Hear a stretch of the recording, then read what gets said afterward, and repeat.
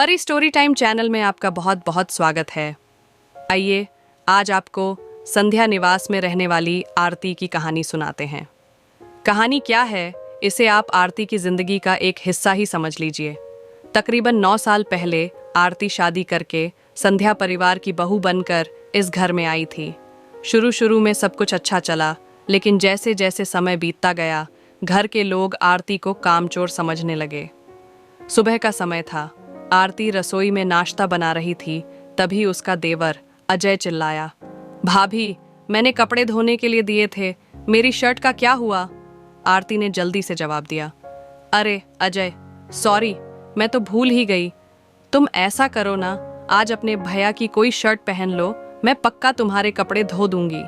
अजय ने नाराज होते हुए कहा, ये क्या बात हुई भाभी, आप जानती हो ना मैं किसी और के कपड़े नहीं पहनता और कपड़े एक्सचेंज करना मुझे पसंद भी नहीं है।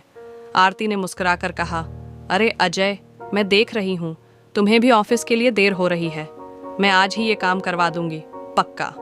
गुस्से में बड़बड़ाता हुआ अजय ऑफिस के लिए निकल गया। थोड़ी देर बाद राजेश, आरती का पति, कमरे में आया। अरे आरती क्या कर रही हो, दिमाग कहाँ है तुम्हारा?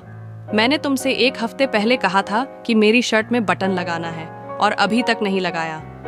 आरती ने थकावट भरे स्वर में कहा, अरे भूल गई थी यार, नाराज मत हो, कोई और शर्ट ट्राई कर लो, जैसे ही टाइम मिलेगा बटन लगा दूंगी। राजेश ने गुस्से से कहा, 1 हफ्ते से ज्यादा हो चुका है, 5 मिनट का काम था लेकिन तुमने हफ्ता निकाल दिया। आरती ने झल्लाते हुए कहा, देखो राजेश, सुबह सुबह का समय है, बहुत सारा काम पेंडिंग है किचन में, अगर अभी बटन लगाने बैठूंगी तो नाश्ते में देर हो जाएगी। प्लीज इस बार कोई और शर्ट पहन लो, मैं पक्का आज ही बटन लगा दूंगी। तभी आरती और राजेश की बातचीत के बीच उसकी सास शारदा देवी की आवाज आई, अरे आरती क्या बात है, टाइम देखना भूल गई हो क्या? पहले तो 6 बजे हमारे कमरे में चाय आ जाती थी, वो भी टाइम से, अब 8 बज चुके हैं और अभी तक चाय नहीं आई। आरती ने गुस्से को दबाते हुए कहा, माँ जी मैं अंश को स्कूल बस में छोड़ने जा रही हूँ, उसके बाद आकर आपके लिए चाय बना दूंगी। इतना कहकर आरती अपने बेटे अंश का हाथ पकड़कर बाहर निकल गई। बाहर जाते हुए वह बड़बड़ा रही थी, कभी कभी तो लगता है इस घर में काम करते करते पागल हो जाऊंगी, सारा काम मुझसे करवाते हैं और किसी को जरा भी शर्म नहीं आती। पति, देवर, नंद सब के सब काम के लिए सिर पर चढ़े रहते हैं। बस स्टॉप पर अंश को बस में बैठाने के बाद वह जल्दी जल्दी वापस घर आई। घर पहुंचते ही उसकी सास ने फिर आवाज दी, बहू कितनी देर लगा दी तूने बाहर जाने में, देख अवरुणा कब से रो रहा है।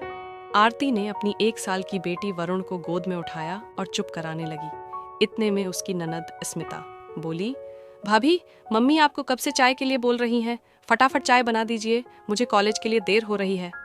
आरती का गुस्सा अब बढ़ता ही जा रहा था। घर के हर सदस्य को लगता कि आरती कामचोर होती जा रही है। एक दिन देवर अजय ने माँ से कहा, माँ जी अब कब तक इंतजार करोगी, भैया की जॉब भी लग गई है, अब कोई लड़की देखकर मेरी शादी करवा दो, कब तक ये सारा काम भाभी अकेले करती रहेंगी? आरती ने भी इस बात पर हामी भरी। कुछ ही दिनों में अजय की शादी काजल से हो गई और वह आरती की देवरानी बनकर घर आ गई। शादी के बाद एक दिन शारदा देवी ने आरती से कहा, बहू आज बढ़िया सी चटनी बना देना, मैंने सारा सामान लाकर रख दिया है। आरती बोली, मां जी अभी वरुण की मालिश कर रही हूँ, फ्री होकर बना दूंगी। मालिश के बाद आरती रसोई में गई, लेकिन तभी काजल ने आवाज लगाई, भाभी वरुण ने डायपर गंदा कर दिया है, आकर बदल दो। आरती चटनी छोड़कर कमरे में चली गई। कुछ देर बाद शारदा देवी किचन में आई और देखा कि चटनी का सारा सामान वैसा ही पड़ा है। काजल से बोली, काजल बहू मैंने आरती से चटनी बनाने को कहा था लेकिन अभी तक नहीं बनाई। काजल ने मुस्कुराते हुए कहा, माँ जी आप अब मुझसे कहाँ करो, 5 मिनट में ऐसी टेस्टी चटनी बना दूंगी कि आप उंगलियां चाटती रह जाओगी। शारदा देवी ने सहमति में सिर हिलाया, अब से छोटे मोटे काम के लिए तुझे ही कहूंगी। आरती यह सब सुनकर और भी चिढ़ गई थी। शाम को राजेश ने कहा, आरती आज मेरे दोस्तों के यहाँ डिनर है, तैयार रहना। पूरा दिन काम निपटाते निपटाते आरती के पास खुद के लिए समय ही नहीं बचा था। उसने जल्दी से एक हल्का सा सूट पहन लिया। पार्टी में पहुंचते ही राजेश ने कहा, आरती बाकी औरतों को देखो, तुम 30 की होकर 50 की लगती हो, क्या हालत बना रखी है। तुम्हारे साथ बाहर जाता हूँ तो लोग समझते हैं मैं अपनी माँ के साथ घूम रहा हूँ। आरती का गुस्सा अब फूट पड़ा। अगर आपको इतनी शर्म आती है मेरे साथ बाहर निकलने में, तो आगे से मैं आपके साथ कहीं नहीं जाऊंगी। जिम्मेदारियां इंसान को बदल देती हैं, बाकी लोगों से मेरी तुलना मत करिए। आरती के जवाब से राजेश हैरान रह गया। आरती गुस्से में पैर पटकती हुई कमरे में चली गई। कुछ दिनों बाद उसकी ननद स्मिता ने भी शिकायत की। माँ, आपकी बहू एमएससी बीएड गोल्ड मेडलिस्ट है, लेकिन घर में किसी की मदद नहीं करती। मैंने उससे प्रोजेक्ट में मदद मांगी थी, लेकिन हमेशा टालती रहती है। काजल ने भी जोड़ दिया, दीदी किसी की मदद करना चाहती ही नहीं है। आप लोग परेशान मत हो, घर के सारे काम मैं कर लूंगी। शारदा देवी ने खुश होकर कहा, काजल बहू, तुझे पाकर तो जैसे हमारे घर का भाग्य खुल गया है। आरती ये सब सुनकर चुप रही, लेकिन अंदर ही अंदर उसका दिल टूटता जा रहा था। कुछ महीनों बाद काजल का असली रंग सबके सामने आ गया। वह धीरे धीरे काम से जी चुराने लगी थी। देवर अजय भी अब उसकी आदतों से परेशान रहने लगा था। शारदा देवी को भी अब समझ आने लगा था कि आरती कितनी मेहनती थी।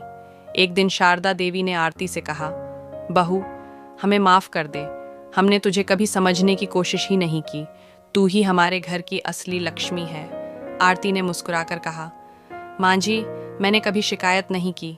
मैं इस परिवार का हिस्सा हूँ और हमेशा रहूंगी।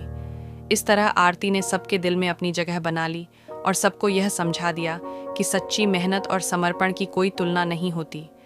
कहानी अच्छी लगे तो चैनल को लाइक, शेयर, सब्सक्राइब करें। धन्यवाद।